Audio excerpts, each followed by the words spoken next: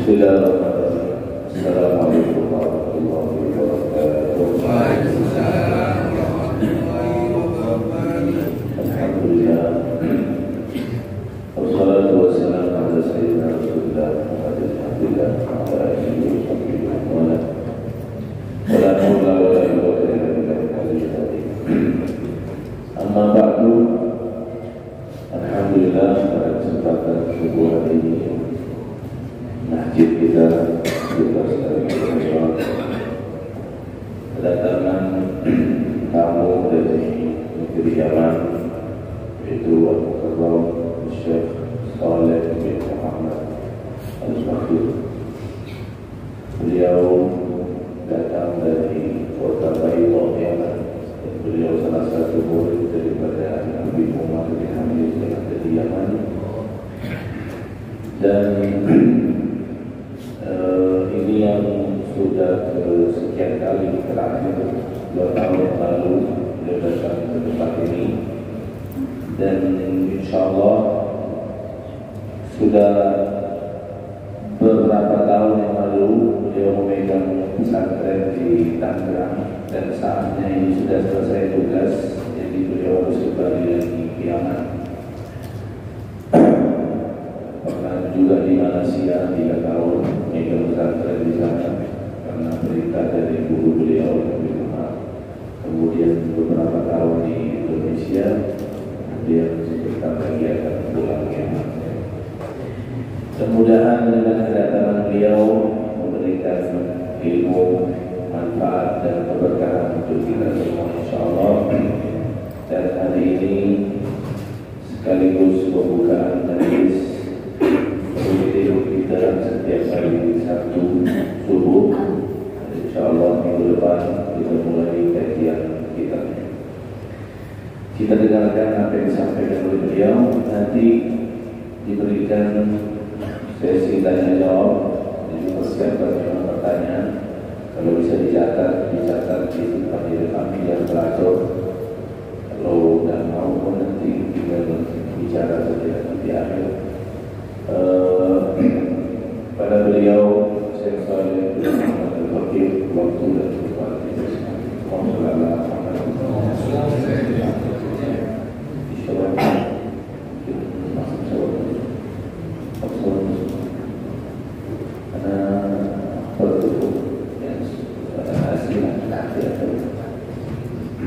Bismillahirrahmanirrahim. Alhamdulillahirabbil alamin. Sallallahu alaihi wasallam ala sayyidina Muhammad wa alihi wa sahbihi ajma'in. Alhamdulillah ala ni'matit taufiq hudur salat subh fi jama'ah. Faqad warada fil hadits sahih an Nabi sallallahu alaihi wa alihi wa sahbihi wasallam anna man shalla subh fi jama'ah fa huwa fi dhimmatillah hatta yusbih. Alhamdulillah, segala puji bagi Allah dan salawat kepada baginda Rasulullah SAW. Alhamdulillah, nikmat yang begitu besar Allah berikan kepada kita taufik untuk melaksanakan sholat subuh berjamaah sesuai dengan apa yang disampaikan oleh Nabi Muhammad SAW. Salah siapa yang sholat subuh berjamaah, maka dia di dalam tanggungan Allah, perlindungan Allah sampai waktu sore. فعندما يكون الإنسان في ضمانة الله، في أمان الله، في عناية الله، لا يستطيع أي مخلوق أن يؤذي هذا المخلوق أبدا. Orang yang berada di dalam perlindungan dan tanggungan Allah, maka tidak ada satupun makhluk yang bisa memberikan mudarat kepadanya. لذلك الحمد لله أن الله جعلنا وإياكم من أهل صلاة الجماعة في هذا اليوم المبارك. Alhamdulillah, Allah jadikan kita termasuk orang-orang yang bisa melaksanakan sholat berjamaah. هذه الصلاة المباركة التي أخبر عنها النبي محمد صلى الله عليه وآله وسلم أنها أثقل الصلاة على المنافقين. Karena sholat subuh berjamaah ini sebagaimana yang disampaikan oleh Nabi Muhammad SAW adalah di antara sholat yang paling berat dilaksanakan bagi orang-orang munafik. وكل من صلى صلاة الصبح في جماعة سواء في المسجد أو في بيت مع أهله بشرط أن تكون جماعة يحفظ من الأذى، يحفظ من البلاء، يحفظ من عين العالم، من عين الحاسد، من سحر الساحر، في أمانة الله في ضمان الله في وجود الله جل جلاله وتعالى.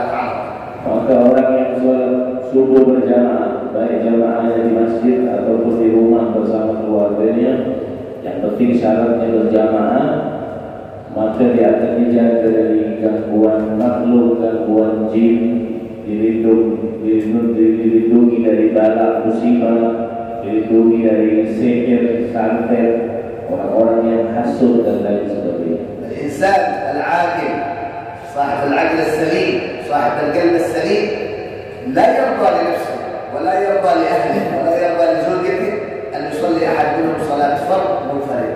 La yarda li ahlihi. Seorang imam pimpinan rumah tangga, yaitu seorang ayah atau seorang suami, maka dia tidak boleh membiarkan istrinya, anaknya, apalagi dirinya sendiri untuk sholat sendirian. Harus bagaimana caranya sholat itu harus dilaksanakan berjamaah. فمن صلى الصلوات الخمس في جماعة فكأنما ملأ البر والبحر عبادة. Barang siapa yang sholat 5 waktu berjamaah, maka seakan-akan dia telah memenuhi pahalanya seluas lautan.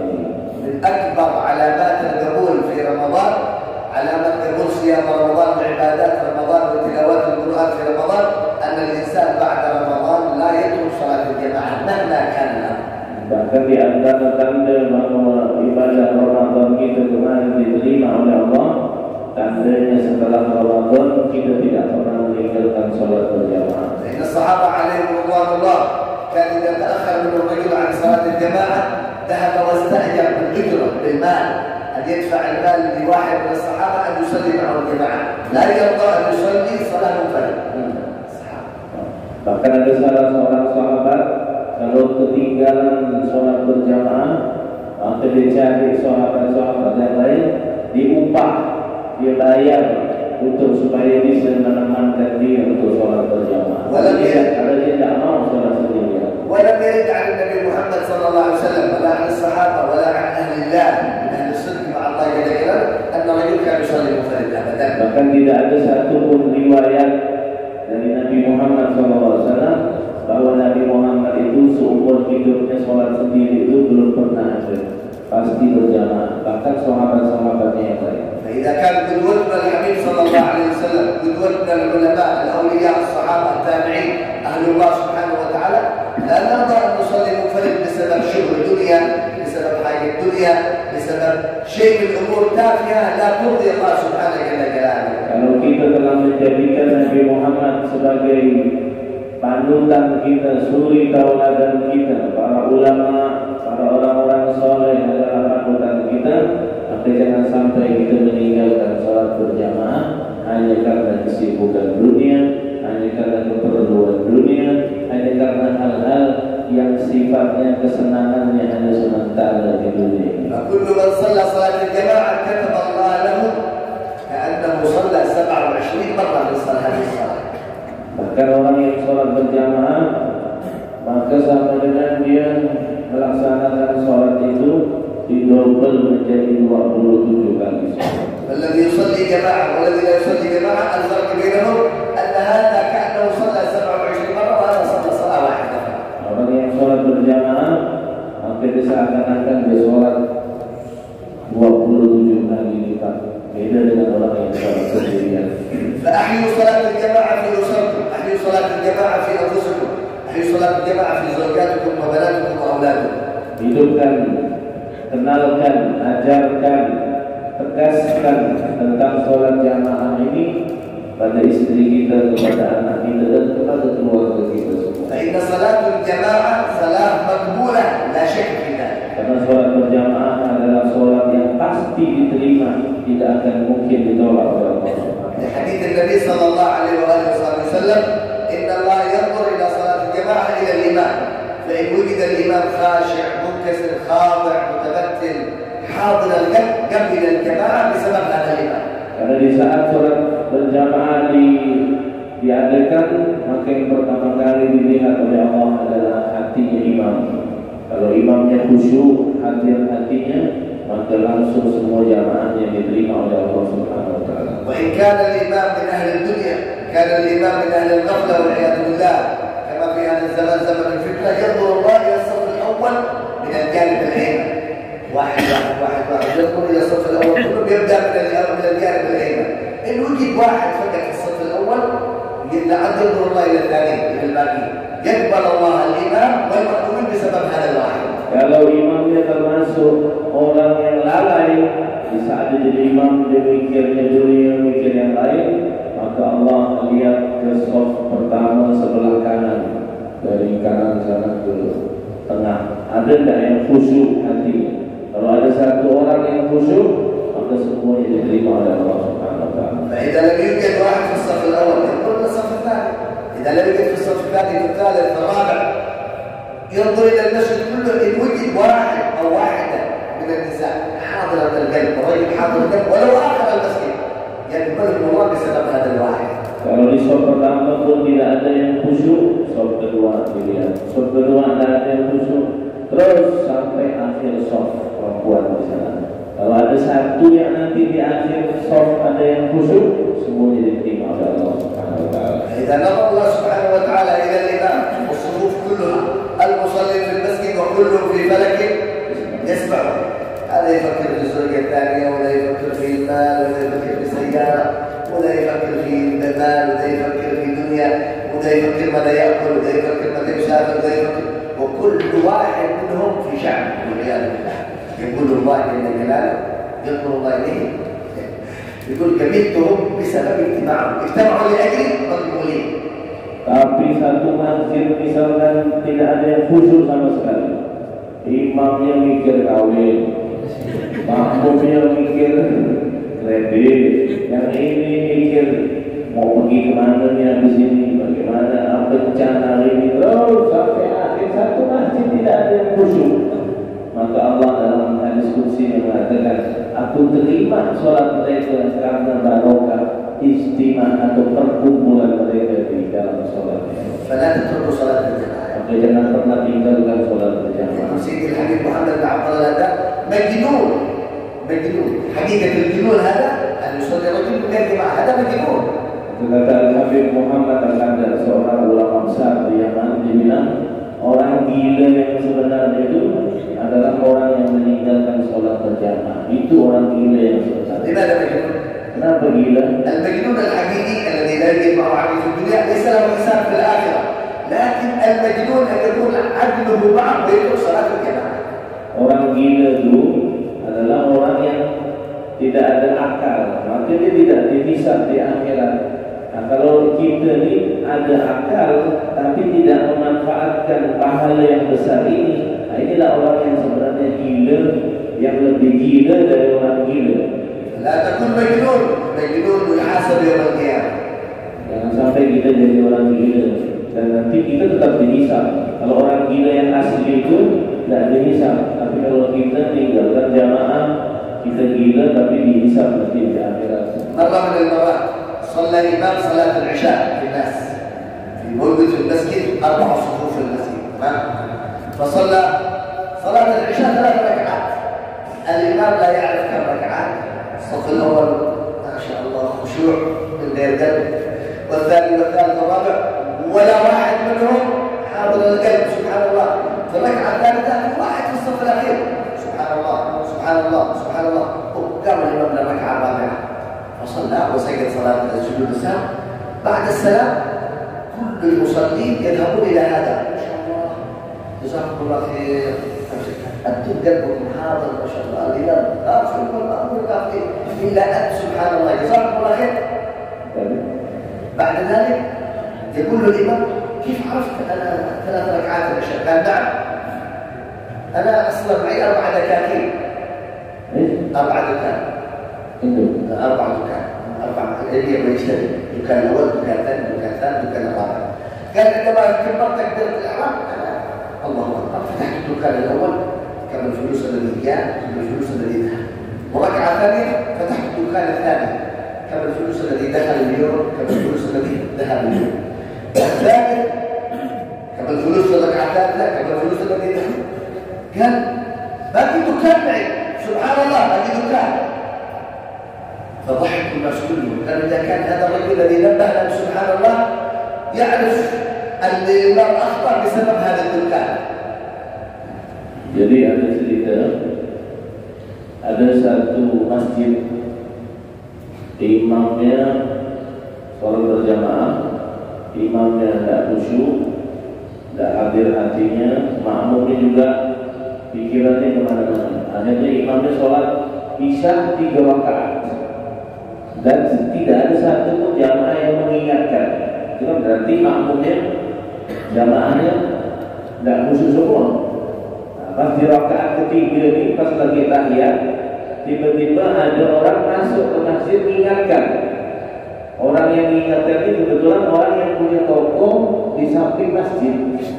Langsung diingatkan, Allah, Allah. Langsung imam ingat, langsung imam berdiri lagi di rakaat keempat. Setelah selesai sholat berjamaah, orang semua terima kasih sama orang yang ingat. Masya Allah, ente yang paling hadir hatinya. Padahal dia tak sholat, dia cuma datang ingatkan.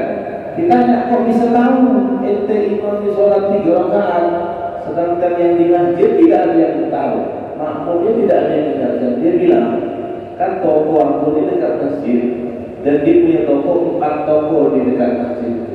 Dia bilang biasanya kalau udah waktu isya itu imam sholat, aku ngitung hasil toko, setiap satu toko 1 rakaat. Untuk toko itu duit pas 1 rakaat, waktunya jedanya sama. Rakaat di toko kedua, rakaat kedua. Pas aku mau ngitung ke toko yang keempat nih, kok imam udah rakaat udah mau tahiyat nih, berarti ulang 1, langsung pergi ke masjid ingatkan masih ada 1 rakaat yang masih belum ada yang dijaga. Hadis salat bagi hadis salat. Inilah sholat, ini gambaran sholatnya kita pada man sahhat salatuh sahhat silatuh billahi ta'ala. Karena kalau sholat itu sudah bagus, baru bagus hubungannya kepada Allah Subhanahu wa taala. Wa idza kharabat as-salat wa idza ishtaghala al-insan bid-dunya bis-salat, qata'at silatuh billahi subhanahu wa ta'ala. Tapi kalau orang sholatnya tidak bagus, maka putus hubungan dia kepada Allah Subhanahu wa taala. لذلك الإنسان عندما يستخدم هذا الجوال أن يغلق الواي فاي أو يغلق الإنترنت يريد الوصل ما يستطيع لأن الخط مكفى. فإذا الإنسان يريد يتكلم مع الله سبحانه وتعالى والسلك هذا الواي وهذا مكفى، ما يقبل دعاء ولا تقبل عبادته لأنه مفصول عن الله جل جلاله. Sama kayak handphone kata beliau, kalau kita mau nelfon seseorang, kalau wifi-nya tidak connect atau kuotanya tidak ada atau pulsanya habis, tak bisa kita nelfon orang itu, ya kan? Kalau nomor sudah betul, tapi karena tidak ada kuotanya, tidak ada pulsanya, tidak nyambung ke orang tersebut. Sama kayak begitu dengan Allah. Kalau sholat kita tidak bagus, maka tidak connect kita sama Allah Subhanahu wa taala. Jadi, jika kana al-insan qawi ma'a Allah fi salatihi, kanat silatuhu billah aqwa. Kullu ma yaqul ya Allah yaqul Allah labbaik. Kullu ma yad'u Allah Allah yaqul labbaik. Karena silatuhu bil hamdi jalla jalaluhu qawiyya. Tapi kalau jaringan kita sama Allah sudah bagus, jaringannya bagus, koneknya bagus, bukan 4G lagi, bukan 5G, laju dia, ya kan? Maka setiap kita minta, ya Allah, aku punya hajat, kasih cepat, karena nyambungnya cepat, tidak ada nge-lag. Itu kalau sholat kita sudah bagus, apa yang menjadi hajat-hajat kita akan cepat diberikan oleh Allah Subhanahu wa taala. Misal azim liman kanat silatuhu billah qawiyyan subhanahu wa ta'ala, Sayyidina Abu al-Ala al-Hadrami min Hadramaut, min as-sahabah. Di antara contoh kisah seseorang yang hubungannya sama Allah sudah bagus, ada seorang sahabat Nabi namanya Sayyidina Ala ibn Hadrami. سيدنا أبو العلاء الحضرمي هذا سيدنا أبو هريرة موجود، أرسله النبي محمد صلى الله عليه وسلم لفتح بلاد ما وراء النهر. كان في بلاد ما وراء النهر موجود نهر، ما يمكن الإنسان أن يمشي إلى هذه البلاد إلا بالسفينة، لا توجد سفينة في تلك الزمان مع الصحابة عليهم رضوان الله. Sahabat Abu Ala Hadrami ini diutus oleh Nabi Muhammad SAW untuk pergi ke satu tempat untuk membuka satu negeri. Cuma rutenya itu, perjalanan dari situ mau ke tempat itu harus melalui sungai. فلما أرادوا أن يذهبوا إلى هناك الصحابة كلهم وصلوا إلى جانب النهر يتكلموا مع بعض البعض. كيف نمشي إلى هناك؟ الرسول يقول إلى هناك. سيدنا أبو العلاء الحضرمي يقول انظروا لحظة دقيقة. فقال الله أكبر صلى ركعتين بعد السلام اللهم سخر لنا هذا البحر كما سخرت البحر بموسى. قال للصحابة قوموا يلا إلى فين؟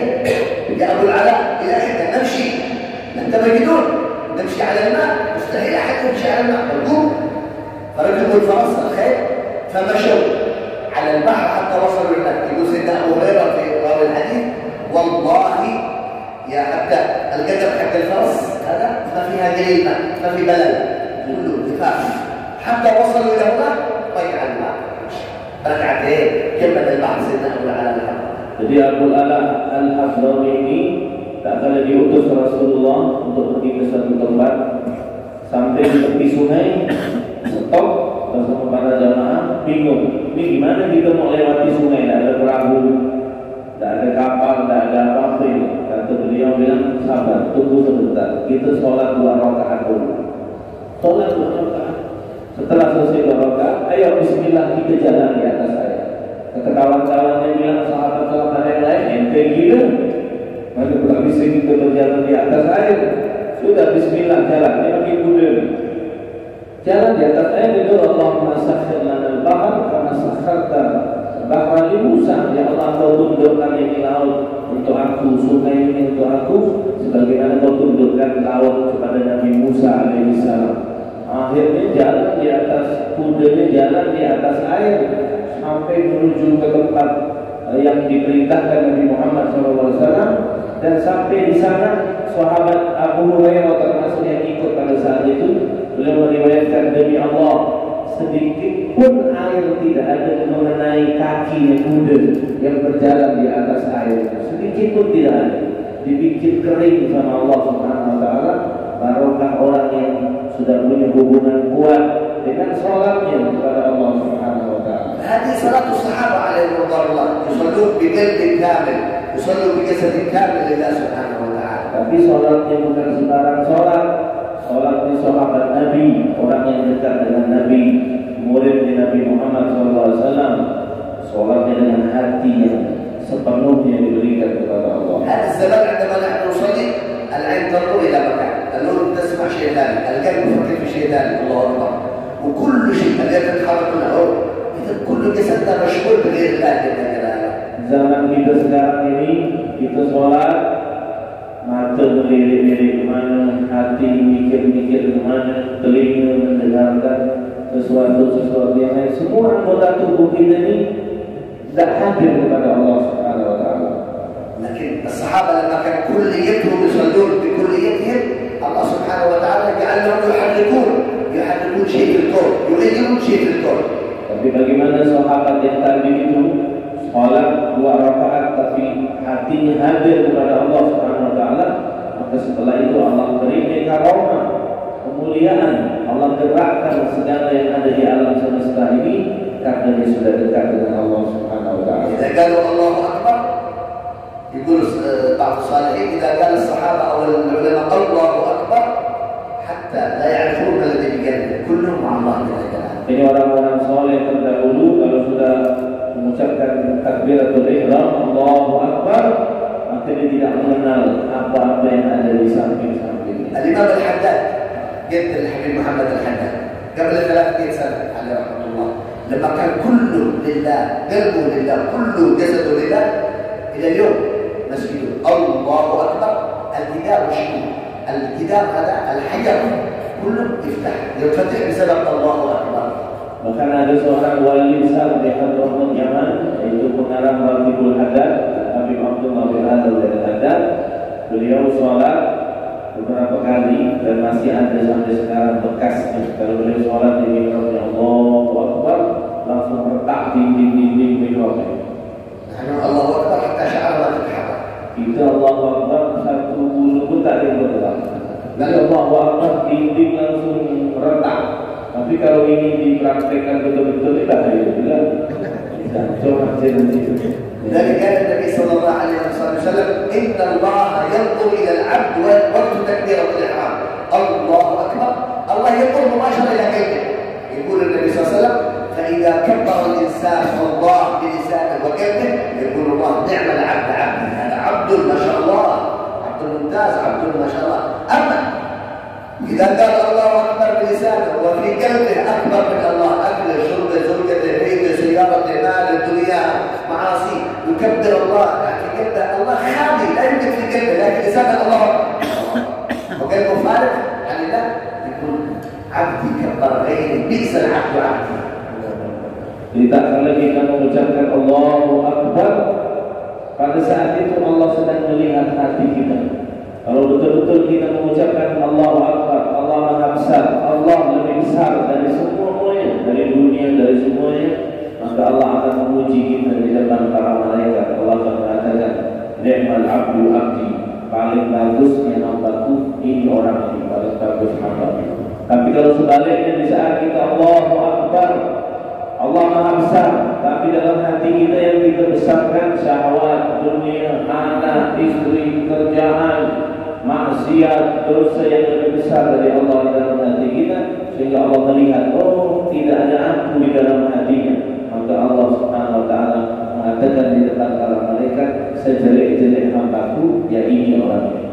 فأصل حقيقة الصلاة دعوات الأرواح، عندما الله أكبر روحك تعود إلى الله، دعوات روحك إلى الله سبحانه. Karena hakikat di saat kita sholat itu, ruh kita sedang mi'raj, naik menghadap Allah Subhanahu Wa Taala. واحد من علماء الرموز من البداية قبل 400 سنة أو كذا جعل يعني ابتلي بمرض في رجله، ينتشر المرض يصعد مثل السرطان، فقالوا أولاده يا أبي الدكتور يقول لابد من تحالل الجديد، لكن لا ينتشر هذا المرض، بعدين يدخل جسد في المرض في جسدك تموت. قالوا كيف تعملوا؟ قالوا تشرب شيء من الميت الذي يزيل العقل. قال ايوه بعد ما اشربه انا اكون غافل عن الله. قالوا دقائق يا ابي، نصف ساعه ساعه حتى ترجع عنه. قال لا ابقى بلحظه واحده ان اغفل عن الله. يا ابي مشكله كبيره، المرض ينتشر في رجلنا، ايش الحل؟ إذا رأيتمني في الصلاة فاعملوا ما شئتم. أكيد الله أكبر، صلاة ركعتين، بعد السلام مد لهم رجله. هذا الدكتور جاء وكسر العظم، قطع اللحم، ووضع الرجل في الزيت المغلي، هذا الزيت هذا المغلي هذا، خلاص السلام عليكم ورحمة الله وبركاته.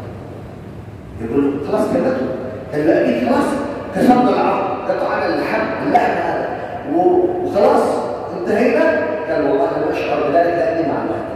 Jadi ada salah satu ulama di Hadramaut 400 tahun yang lalu, dia terkena penyakit diabetes yang basah, habis kaki, bolong-bolong, bahkan makin habis naik terus ke atas. Akhirnya harus dioperasi, itu operasi. Akhirnya kata dokter bilang suruh makan obat bius. Jadi kalau dimakan obat bius, dia tak sadar, kalau dipotong nanti. Kata dia bilang ke anaknya, nak, masa abang dikasih obat bius, nanti abang tak sadar, abang tidak mau dalam beberapa menit pun lupa kepada Allah Subhanahu Wa Taala, tidak mau. Jadi gimana caranya, Pak? Masa dipotong tidak pakai bius, sakit? Kata dia gampang, suruh abang sholat saja. Nanti pas abang sholat, kau potong kaki abang. Jadi tak kalau dia sholat, Allahu Akbar, sudah tak sadar apa-apa. Tapi yang diingatnya hanya Allah Subhanahu Wa Taala, barulah dokter memotong kakinya dan tidak merasakan sedikit pun sakit di saat dioperasi, diamputasi itu, karena dia berada di dalam sholat. Kita saja sholat nyamuk sikitnya itu sudah galau, apalagi mau dipotong kaki itu. Tapi dia operasinya, obat biusnya pakai sholat. Dia tidak mau, bius tak sadar, lupa sama Allah beberapa detik pun tidak mau. Kalau kita justru cari sesuatu hal-hal yang bikin kita lalai dari Allah Subhanahu Wa Taala. Hadis salatul muqarrabin. Inilah yang dinamakan sholatnya al-muqarrabin, orang-orang yang dekat kepada Allah. Masalahnya Allahu Akbar إذا يمر شيء من الحشرات خلاص أنا أخذه. نتحرك حركات كثيرة إذا في حشرة ولا في شيء، هذا قطعة الجلد لم يتحرك حركة.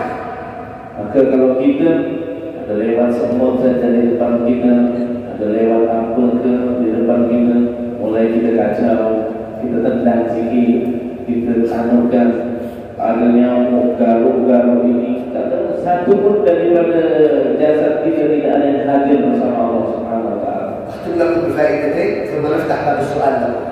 Anda berikan untuk buat faedah. Setelah ini dibuka pertanyaan. الفائدة الأولى Faedah انتبهوا أن لا تدار صلاة الجماعة في بيتكم. صلاة الجماعة في البيت حفظ البيت من الشيطان والبلاء. قال النبي صلى الله عليه وسلم يقول أن الرجل يصلي في المسجد لكن المرأة والبنات لا يصلون في البيت. فالنبي صلى الله عليه وسلم يقول البيت الذي لا يصلى فيه جماعة يستحوذ عليه الشيطان، يستولي عليه الشيطان، فيكون الشيطان يسكن في هذا البيت الذي لا تصلى فيه جماعة. لكن لابد للبيت يكون نصيب للجماعة.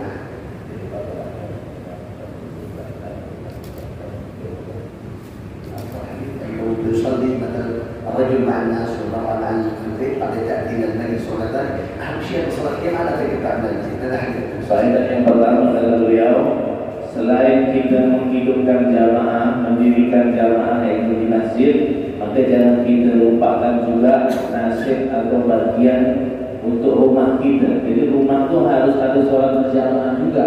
Karena ada hadis rumah yang tidak didirikan sholat berjamaah, maka setan akan ramai datang ke rumah tersebut. Makanya memang kalau ngomong secara jujur di dalam hadis itu perempuan memang dianjurkan sholat di rumah. Jadi biar rumah dapat bagian sholat jamaah juga. Memang sholat perempuan di masjid boleh kata Nabi, cuma kalau sholatnya di rumahnya lebih afdol. Dan itu juga salah satu cara biar rumah kita tetap mendapatkan bagian sholat berjamaah. Jadi suami yang sholat di masjid, yang perempuan sholat di rumah. Jangan kebalik nanti suaminya sholat di rumah, itu suami solehan, istrinya sholat di masjid. Jadi kalau bisa dua-duanya dapat. Jadi bukan hanya masjid, rumah juga dapat jatah sholat berjamaah. النبي صلى الله عليه وسلم يقول لا تجعلوا بيوتكم قبور مثل القبر، لا اجعل بيتك معمور بالنوافل، معمور بالذكر، معمور بصلاة الجماعة. Jadi jangan jadikan rumah kalian seperti kuburan kata Nabi. Tidak ada didirikan sholat berjamaah sama sekali. الفائدة الثانية Kemudian faedah yang kedua, من صلى الصلوات الخمس في جماعة لا تفوت تكبيرة الإحرام 40 يوم.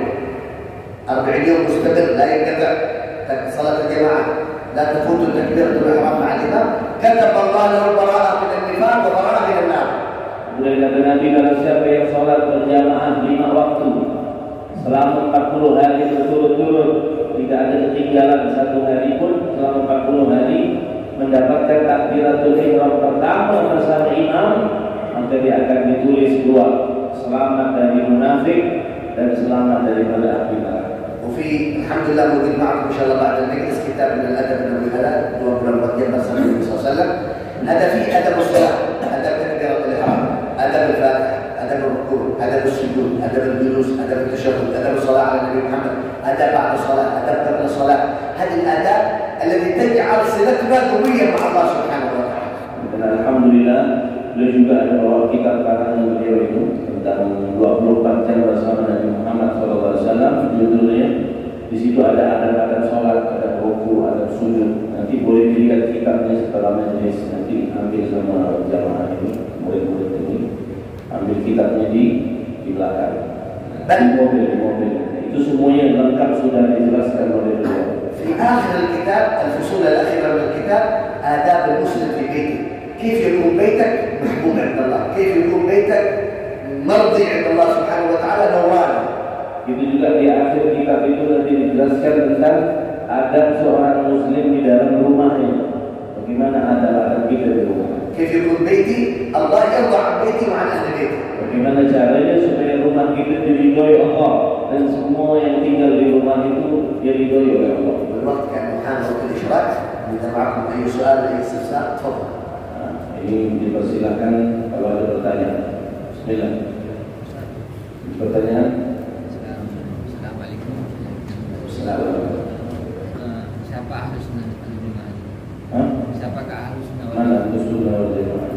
أهل السنة والجماعة هم الذين يحبون الصحابة ويحبون أهل البيت ولا يكفرون أحد من أهل لا إله إلا الله محمد رسول الله.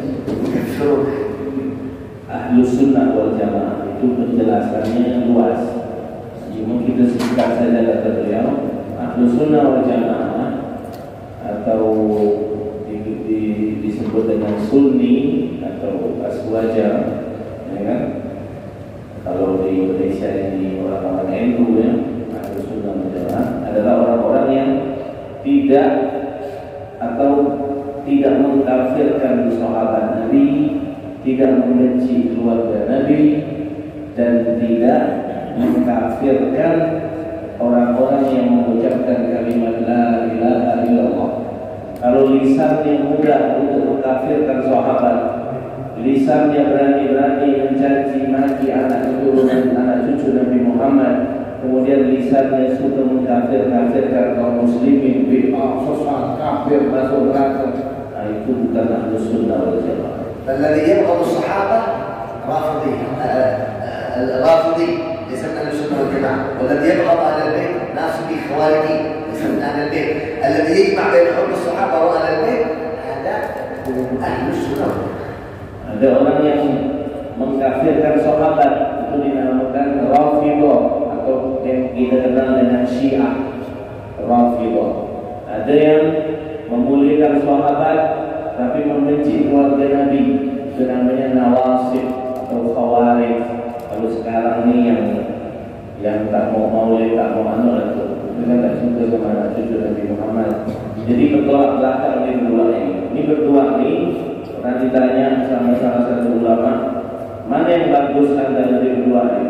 Maka dijawab sama ulama, seperti tai kambing di belah dua, sama-sama tak bagus.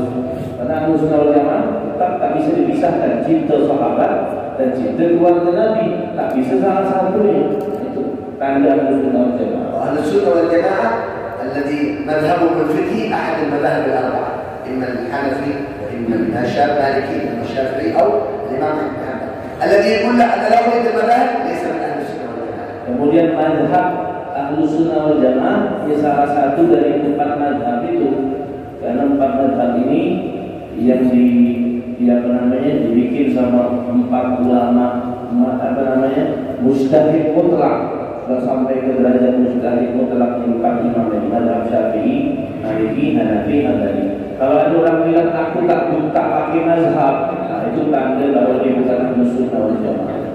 هذا في مجال الفقه لهم مذهب فقهي أحد المذاهب الأربعة، ولهم منهج تصوف تزكية وهو منهج سيدنا أبو الحسن الأشعري وأبو ناصر وسيدنا الإمام الماتريدي. هؤلاء الأشاعرة والماتريدية هم منهج تصوف، منهج تزكية من أهل السنة والجماعة. Dari segi fikihnya salah satu 4 mazhab tadi itu Syafi'i, Maliki, Hambali, Hanafi. Kemudian dari segi tasawufnya mengikut daripada Imam Abu Hasan Al-Ash'ari dan Abu Musa Al-Maturidi. Ada Itu Ahlus sunnah wal jamaah secara global. Ada pertanyaan lain? Bagaimana caranya kita bila sholat dulu khusyuk? أسباب الخشوع 4 أسباب للخشوع. 4 sebab untuk bisa khusyuk. أولا الخشوع يريد مجاهدة، لكن هذه ال4 أسباب تساعد الإنسان على الخشوع. Tentunya khusyuk ini harus ada mujahadah, harus ada cara untuk dia khusyuk dan harus sabar. Tak bisa langsung khusyuk itu, tak bisa. Ada tahapannya. Nah, cuma 4 cara ini membantu kita untuk supaya kita bisa khusyuk. السبب الأول Sebab yang pertama, الهيبة والتعظيم لله. يدخل في قلبه عندما يدخل إلى الصلاة يوجد في قلبه هيبة أن الله يراك، أن الله ينظر إليك. فإذا كان الهيبة موجودة إذا لا يفكر في الدنيا. الهيبة. Yang pertama, di saat kita menuju ke masjid ini, di saat mau melaksanakan sholat, harus ada di dalam hati kita akan kebesaran dan kewibawaan Allah dalam hati. Kalau itu tak ada, tak mungkin bisa khusyuk. Bagaimana kita mau menghadap orang yang mulia, pejabat, presiden, kita tahu kewibawaan dia, kita akan rendah diri depan dia, ngomongnya lemah lembut, jaga adab. Begitu juga kalau orang di dalam hatinya ada kewibawaan Allah, kebesaran Allah, maka di saat dia mengucapkan takbiratul ihram, maka dia akan datang khusyuk karena dia merasa dilihat sama Allah Subhanahu wa taala. السبب الثاني حضور القلب في الوضوء، فإذا حضر القلب في الوضوء حضر القلب في الصلاة. Ini yang penting ini, yang kedua. Kalau pengen khusyuk dalam sholat, di saat wudhu sudah khusyuk. Kalau orang wudhunya tidak khusyuk, sudah pasti tidak mungkin bisa khusyuk di dalam sholat. Ini kunci, di dalam wudhu kita sudah khusyuk. الوضوء مفتاح الصلاة. Jadi wudhu itu adalah kuncinya sholat.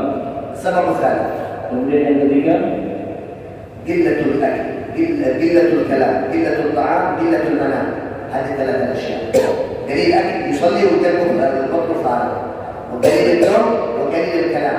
هذا يكون قلبه اليمين حاضر مع الله في الصلاة. kemudian yang ketiga ini ada tiga cara juga.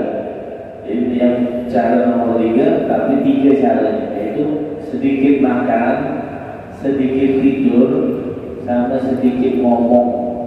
Orang kalau tak banyak ngomong, tidurnya tak banyak, makannya juga tak banyak, itu akan membantu dia untuk bisa khusyuk. هذا مجرد. Dan ini mujarab.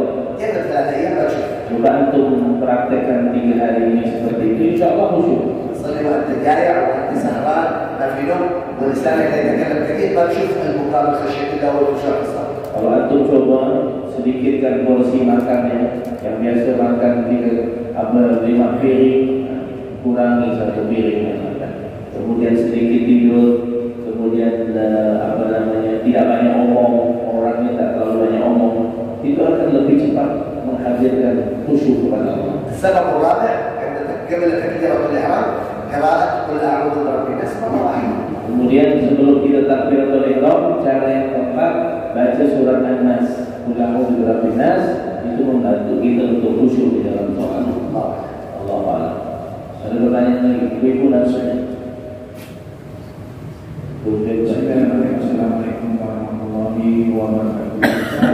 Bismillahirrahmanirrahim. Semoga dari penjelasan Pak Ustaz ini menjadi dosia kami dan menjadi istiqomah terhadap apa yang dijelaskan oleh Pak Ustaz. Bela sebelum pertanyaan Pak Ustaz dalam surat An-Nisa ayat 102 itu dijelaskan dan apabila engkau Muhammad berada di tengah-tengah mereka sahabatmu, lalu engkau hendak melaksanakan sholat bersama-sama mereka, maka hendaklah segolongan dari mereka berdiri sholat besertamu dan menyerahkan senjata mereka. Kemudian apabila mereka yang sholat besertamu sujud telah menyempurnakan 1 rakaat, maka hendaklah mereka pindah dari belakangmu untuk menghadap musuh, dan hendaklah datang segolongan yang lain yang belum sholat, lalu mereka sholat dekatnya, dan hendaklah mereka bersiap siaga dan menjaga senjata mereka orang kafir, ini agar kamu kena terhadap senjatamu dan senjatamu badanmu, lalu mereka menyerbu kamu sekaligus dan tidak mengapa kamu meletakkan senjata-senjatamu. Jika kamu mendapat suatu kesusahan karena hujan atau karena kamu sakit, dan bersiap-siagalah kamu. Sungguh Allah telah menyediakan ajab yang menghinakan bagi orang-orang kafir itu. Yang saya pertanyakan Pak Ustaz, apa hikmah yang dapat diambil dalam surat An-Nisa ini? Yang kedua, apa hukumnya sholat berjamaah itu, dan apa dampak dari sholat jamaah dalam keluarga?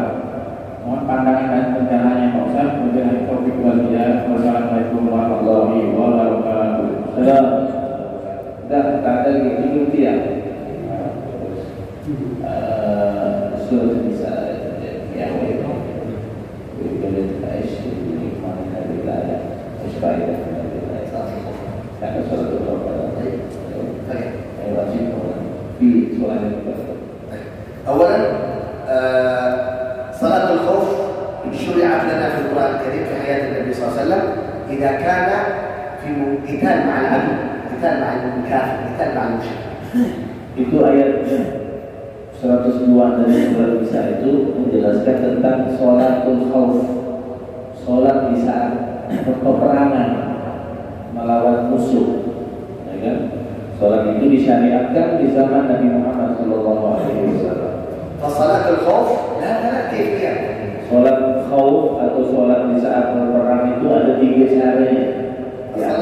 Salatul khauf subhanallah, hatta Allah subhanahu wa ta'ala lam ya'dhur as-sahaba 'an salat al-jama'ah hatta fi waqt al-qital salat jama'ah. Itulah di antara hikmahnya saking pentingnya salat dalam saat peperangan pun, dalam saat genting pun itu tak boleh meninggalkan salat. Makanya disyariatkan salat dan berjamaah lagi, itu kan salatul khauf. Nanti ada 3 cara itu salat khauf di dalam kitab fikih, nanti pembahasannya tidak perlu dijelaskan sekarang. Tapi ayat itu memberikan pelajaran kepada kita bahwa salat ini tak bisa ditinggalkan dalam keadaan apapun di mana pun.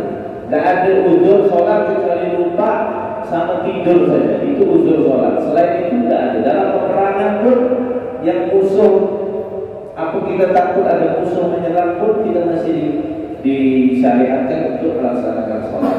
Itu namanya salat khauf. إذا كان الله لم يعذر المقاتلين هم يقاتلون الكفار عن صلاة الجماعة، فكيف يعذر النائم المتأخر بشغله بدكانه بدنياه بشهواته عن صلاة الجماعة؟ Kalau orang yang berjihad saja, bawa pedangnya, bawa senjatanya, musuh di depan matanya masih diperintahkan sholat berjamaah, maka kita malu kalau cuma karena toko, karena dunia, karena bisnis, karena hal-hal yang sepele kita tidak sholat berjamaah.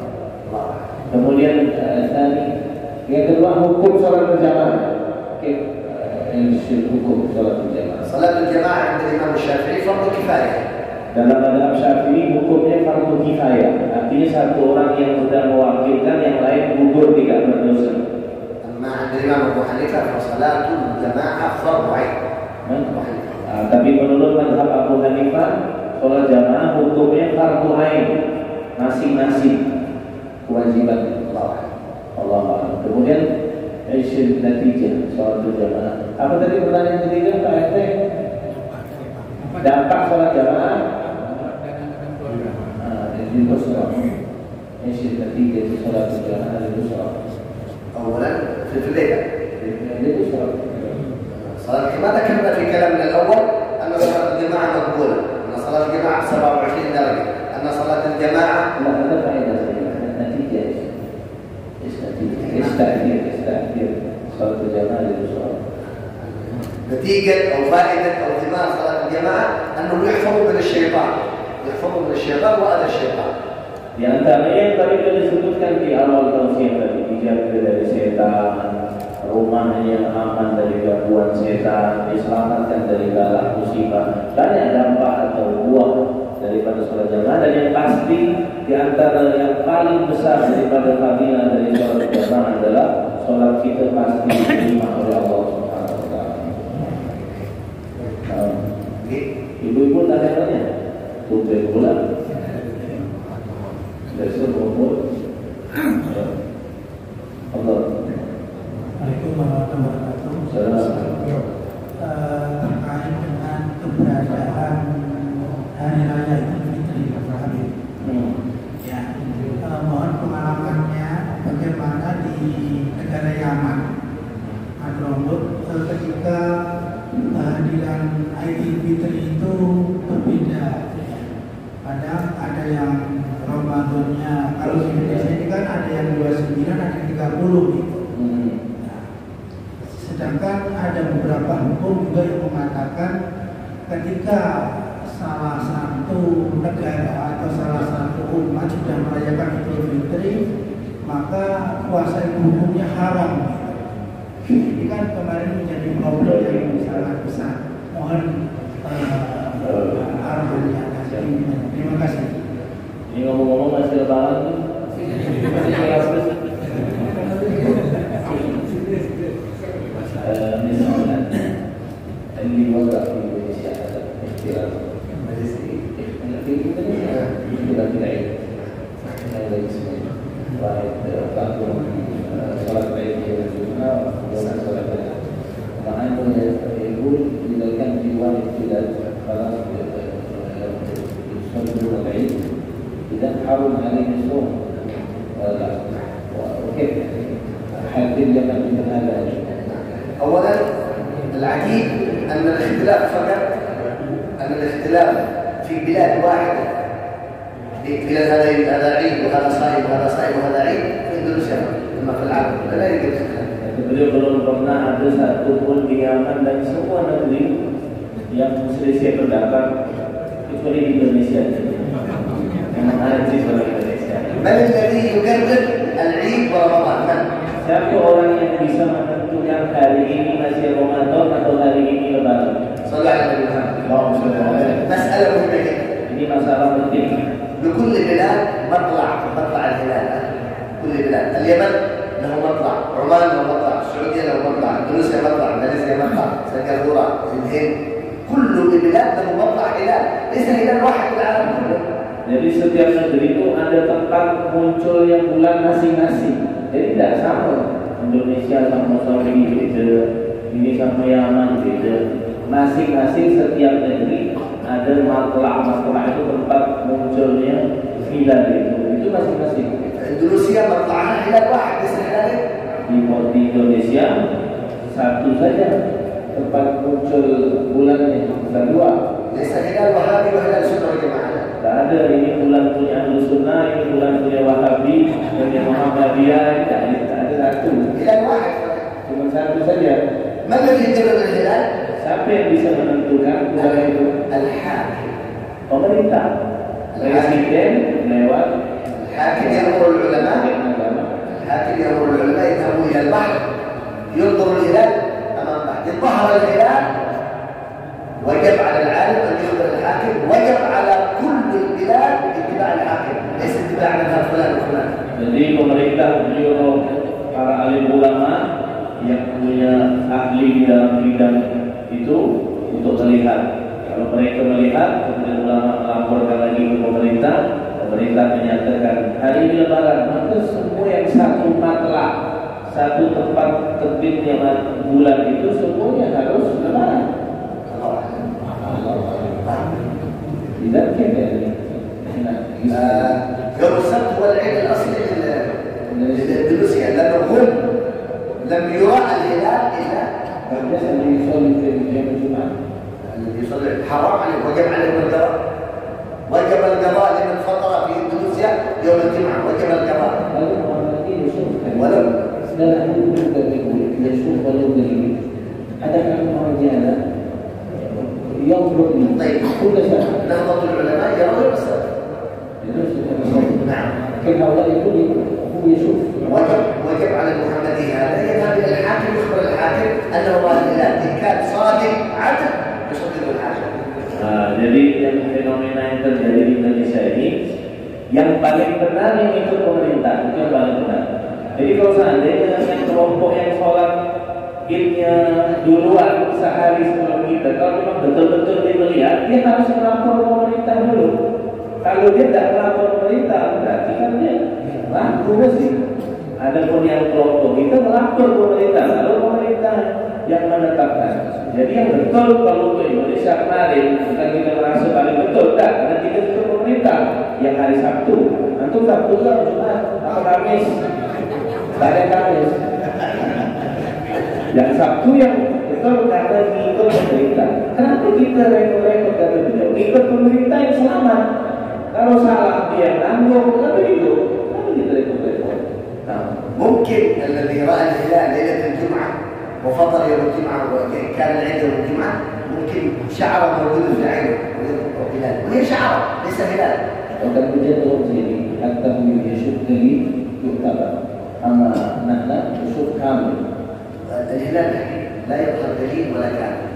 الهلال يظهر يعني متلوث فقط، ليس هذا نصف هذا ربع وهذا نصف، لا هلال واحد فقط لا دليل ولا كامل. Jadi mungkin yang melihat dari malam Jumat itu ya ada apa namanya, ada bulu yang menutup matanya, jadi salah lihat pada beliau nanti. Allah kita bukan malas kita ngomong lagi. Dia tahu seperti ini terus, ya kan? Ada jadi polemik di masyarakat. Itu nanti pemerintah selesai gitu, ya kan? إجماع الأمة على أنه يوم السبت. أهل السنة والجماعة، نهضة العلماء Rabita Alawiyah kulluhum ala annahu yawm as-sabt. Semuanya ada ulama pemerintah hari Sabtu, ada pun di Yaman, di Saudi hari Jumat, karena masalahnya beda. Tempat muncul hilal atau bulannya beda. Bisa gitu. Oh, kiblat kita di Ka'bah di Mekah Jumat juga. Tak bisa. Kalau itu memang hilal, itu pergi ke Mekah hari Kamis. Jadi itu lebaran hari Jumat. Kalau itu di Indonesia Sabtu. الذي يقول وقدوتي أهل مكة قدوتي أهل مكة ما في مشكلة قدوتك أهل مكة وين كنت في إندونيسيا لكن صلي التراويح 10 ركعة أهل مكة صلي التراويح 10 ركعة. Kemudian yang sholat hari lebarannya hari Jumat itu kan rata-rata tarawihnya tidak 20 rakaat rata-rata kan. Nah kalau dia kok ikut aku kiblat aku Mekah aku mau sholat di hari Jumat, kalau sholat tarawih berapa rakaat di Mekah sampai hari ini 20 rakaat kan begitu. صلي ثلاثة. Dan sedangkan dia sholat 8 rakaat, kalau dia betul-betul mengikut Mekah, maka 20 rakaat sampai hari ini. السعودية لها مطلع غير مطلع أندونيسيا بعيد. Jadi masalahnya munculnya hilal itu sangat beda Indonesia sama Mekah. Wallahu a'lam. إذا وجب القضاء على الفترة المتمة وجب عليه القضاء. Kalau sudah jelas pemerintah mengumumkan Sabtu, tapi ternyata Jumat itu sudah tak puasa, maka wajib qada sehari itu, wajib qada sehari. Ya, wajib qada sehari berarti itu meninggalkan satu hari puasa. Walaupun ada pendapat di dalam fikih, kalau dirinya sendiri yang melihat, misalkan dia punya ilmu dalam bidang itu dan dia melihat muncul itu bulan itu, maka dia boleh tidak puasa hari Jumat itu karena sudah hari raya bagi dia, karena dia melihat, tapi dia tak bisa ngajak orang untuk diri pribadi saja. Antum ada lihat tak malam Jumat? Kalau tidak ada lihat, jadi ikut pemerintah. Kalau antum ada lihat, antum saja, tak boleh ngajak istri, tak boleh ngajak anak, antum saja, kan begitu. Tapi kalau tidak lihat, lebih baik ikut pemerintah, lebih selamat. Wallahu a'lam. Mudah-mudahan tak ribut-ribut. Ada pertanyaan lagi? Alas. Dan ibu-ibu tak ada tanya? Boleh nak? Baik.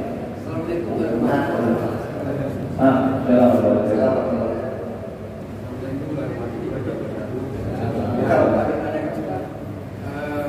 Bagaimana cara penggunaan siwak yang benar? Terus yang kedua, apakah memakai sal atau imamah itu termasuk sunnah Nabi? Syal ini apa ini?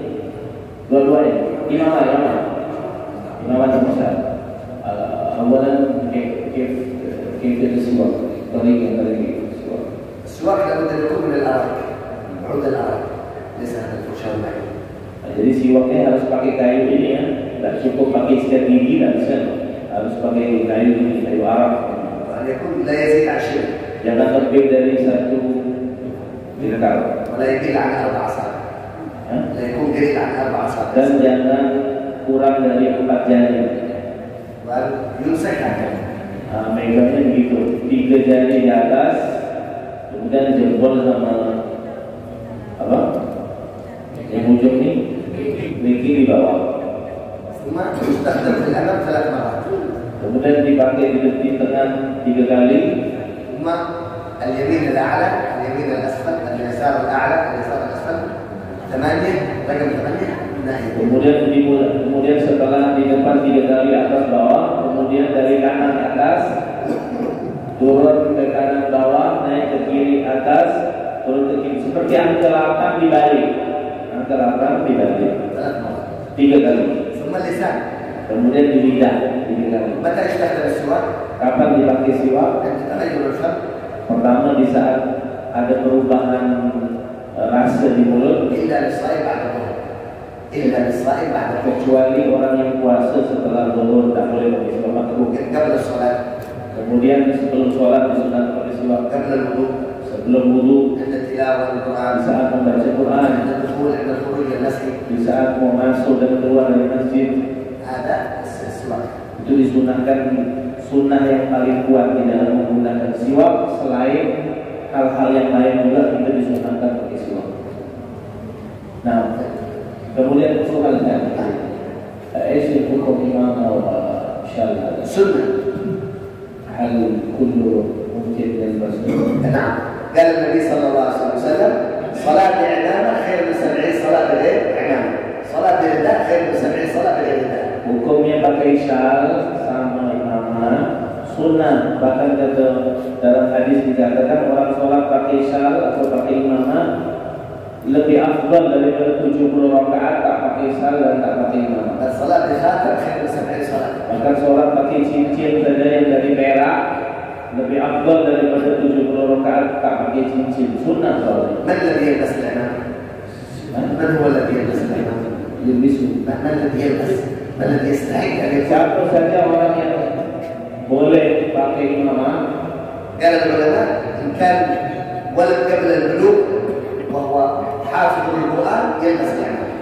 Kalau anak yang belum balik jangan dipakaikan imamah dulu. Karena kalau sekarang ini imamah ini kan memang atribut pakaiannya ulama, jadi nggak bisa sembarangan. Tapi kalau dia belum balik tapi dia sudah hafal Quran, maka boleh dipakai imamah. فإذا كان بعد البلوغ Kalau dia sudah balik وبعد الزواج يعني بعد البلوغ وبعد الزواج يلبس في المناسبات الجمعة المولد jemaah, الجمعة لا الجمعة والمولد المناسبات. tapi kalau dia sudah balik, tapi dia sudah kawin syaratnya. Kalau belum kawin tak bisa, dia belum kawin di sini. Yang sudah kawin maka boleh pakai di acara-acara besar seperti sholat Jumat, sholat Id, ya kan? Atau acara Maulid Nabi atau acara yang lain, itu boleh dipakai sholat imamah tersebut. أما العالم فيلبس في كل وقت.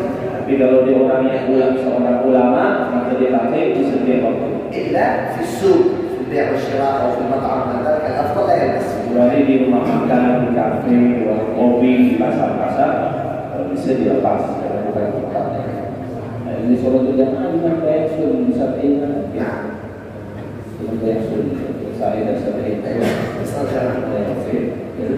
يصلي ayo misalnya الإمام لما يدرك الإمام إلى أهل العلم. untuk munasabah bukan diri sholat berjamaah.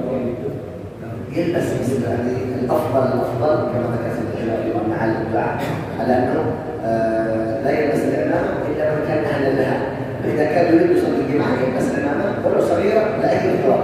Jadi kalau mau sholat jamaah agar mendapatkan fadilah tadi itu, antum bawa, tapi jangan dipakai dulu karena memang ini imamah ini berat ya. Bahkan ada pendapat ulama itu orang yang pakai imamah, karena dipakai ulama, tapi akhlaknya masih tidak seperti ulama, itu bisa dikategorikan sumpah palsu karena tidak sesuai. Kalau ingin dapat fadilah 70 rakaat lebih afdal dari sholat jamaah, antum bawa itu imamah, nanti pas mau sebelum takbir pakai sholat, nanti habis selesai salam buka lagi, jadi dapat fadilah sholat berjamaah pakai imamah. Kalau pakai syal, ya siapapun boleh pakai syal atau kemudian kalau perempuan wajibkah bersiwak? siwak hukum sunnah. Iya, sunnah. Bisa siwak bisa. السواك للرجال والنساء سنة. Laki perempuan sunnah. Bahkan Siti Fatimah itu tidak pernah meninggalkan siwak sampai suami pun cemburu dengan siwak. Sayyidina Ali. Bahkan kata Sayyidina Ali bilang kalau seandainya siwak ini manusia mau diajak perang dengan dia. Karena cemburu dia dengan istri yang bawa siwak. لكن إذا تريد حسن الخاتمة تستعمل السواك دائما. إذا تريد حسن الخاتمة Kalau antum pengen husnul khatimah, istiqomah pakai siwak. Dimudahkan untuk mengucapkan syahadat seperti saat sekarang. الله. Kalau kita memakai siwak itu antara sholat sunnah dengan sholat wajib itu kita harus pakai lagi kan? Itu waktunya beda sih berapa lama? Maksudnya sholat sunnah pakai atau sholat wajib pakai lagi? Gimana maksudnya antara keputusan? Bisa sunnah seperti siwak. Hal yang di wajib seperti mana tadi wala nafsuha. السواك متى وقته في الصلاة؟ وقت السواك في الصلاة قبل تكبيرة الإحرام في كل صلاة سواء فرض أو نفل. Jadi waktu pakai siwak itu kalau di dalam sholat sebelum takbiratul ihram di setiap sholat. Berarti masing-masing sholat sunnah yang pakai, sholat wajib pakai lagi. فلا يمكن أن يصلي السنة مع الفرض بصلاة واحدة. Karena tidak mungkin sholat sunnah bisa digabung dengan sholat wajib. Maka karena tidak bisa digabung, berarti berarti masing-masing. Atau pakai siwaknya juga masing-masing. Nah, kalau udah enggak? Pasti taruh tanya. Ada Habib. Habib siapa? Nah, apa dia? Jadi beliau ngomong jangan cerita saya ini Habib saya ulama kalau pernah dengan Nabi Muhammad. Pertanyaan saya, apakah Habib ini pernah mimpi dengan Nabi? Dia ngaku dia mimpi Nabi. Tidak, dia bilang gimana? Dia bilang ini jangan cerita saya ini ulama. Dia bilang Habib. Dia bilang jangan cerita saya kain kalau pernah mimpi dengan Nabi Muhammad. Jadi pertanyaan saya, apakah Habib ini pernah mimpi dengan Nabi Muhammad? Habib siapa? Saya punya Habib. Oh gitu. Gimana tanggapan Habib? Ini bahayanya banyak. Dan ini tanya di WhatsApp ya. Dia menulis Habib yang dulu لا تحب الحبائب والمراد في منامه. وجد يسألني هل أنتم رأيتم وكذلك يسأله الاتباع ليس يعني مع المحبة والاتباع ليس شرطها رؤية النبي محمد، شرطها الصلاح. إذا رجل من أهل البيت رجل من المشايخ خصوصا الحبائب من أهل الصلاة من أهل المنفعة من أهل المحبة وجب محبته وجب اتباعه، ليس شرط أنه يرى النبي محمد، رؤية النبي محمد فقط بشارة ليس شرط. Jadi kata Bapak ini ada orang bilang kalau ada Habib Kiai tak pernah mimpi Nabi jangan dicinta, jangan diikut. Maka beliau bilang syarat ikut ulama dan para habaib itu lihat dari kesolehannya, bukan syaratnya harus mimpi Nabi. Mimpi Nabi itu bukan syarat. Mimpi Nabi itu hanya kabar gembira saja dari Nabi Muhammad untuk punya hubungan spesial dengan Nabi Muhammad, bukan menjadi syarat untuk cinta ulama. Kalau ulama itu tak mimpi Nabi jangan dicinta. Kan kita cinta karena ilmunya, bukan karena mimpi tak mimpi. Mimpi ini masalah privasi.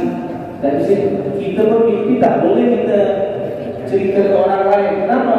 Takut dia wujud kita lebih besar daripada mimpi itu sendiri, ya kan? Wujudnya lebih besar daripada kenikmatan mimpi itu. Maka tantangannya, tanggung jawabnya harus lebih besar, harus dipertahankan. Jangan sampai hari ini mimpi Nabi, besok tak mimpi lagi. Ada apa? Seperti cerita yang tadi malam kita ceritakan di Masjid Al-Mujahid. Jadi kalau ada tanya anak, sudah mimpi Nabi belum? Allah Allah, tak bisa dijawab di sini. Kalau mimpi Mbak Surip sih kayak tadi. Jadi kalau Allah lagi mimpi Nabi semua. لا يخبر برؤية النبي أحد إلا بإذن. لا يخبر أحد أنه رأى النبي صلى الله عليه وسلم إلا إذا أذن له أنه رأى النبي صلى الله عليه وسلم. إذا أذن رسول الله أن تخبر الناس برؤية النبي.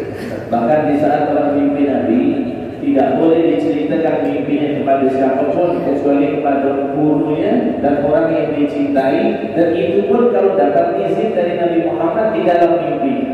Kalau boleh diceritakan. Insyaallah barnamij al-Qadim mata ba'dina. Benar, beberapa ada kita al-jamaah. Alaina fi sufir. Insyaallah إذا في برنامج هنا إن شاء الله الكريم نذكر لكم على 4 أسباب رؤية النبي صلى الله عليه وسلم. InsyaAllah betul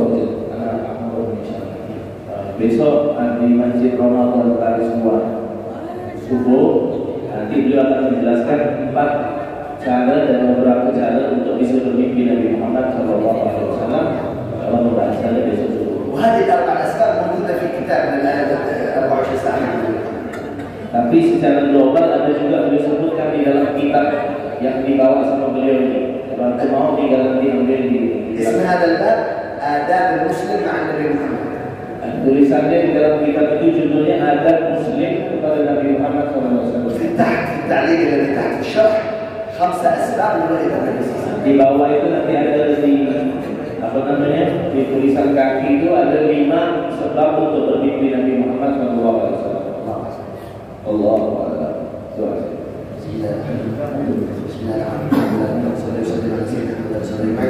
اللهم اجعل اجتماعنا مرحوما تفضل من بعد اتفاق المعصوم لا تجعل فينا ولا معنا شقيا ولا مبعودا ولا محروما بارك اللهم لنا في الاوقات واجعلنا مصروفا ان شاء الله في الطاعات والقربات بارك اجعلنا من الغافلين اجعلنا من المبعودين بارك ان شاء الله في هذا المسجد الدائم عليه ابن محمد رضي الله عنه المسجد الدائم على هذا المسجد الحرم من حضرة بركه الشام سعاده ابديه في خير وعافيه والحمد لله رب العالمين. السلام عليكم warahmatullahi wabarakatuh.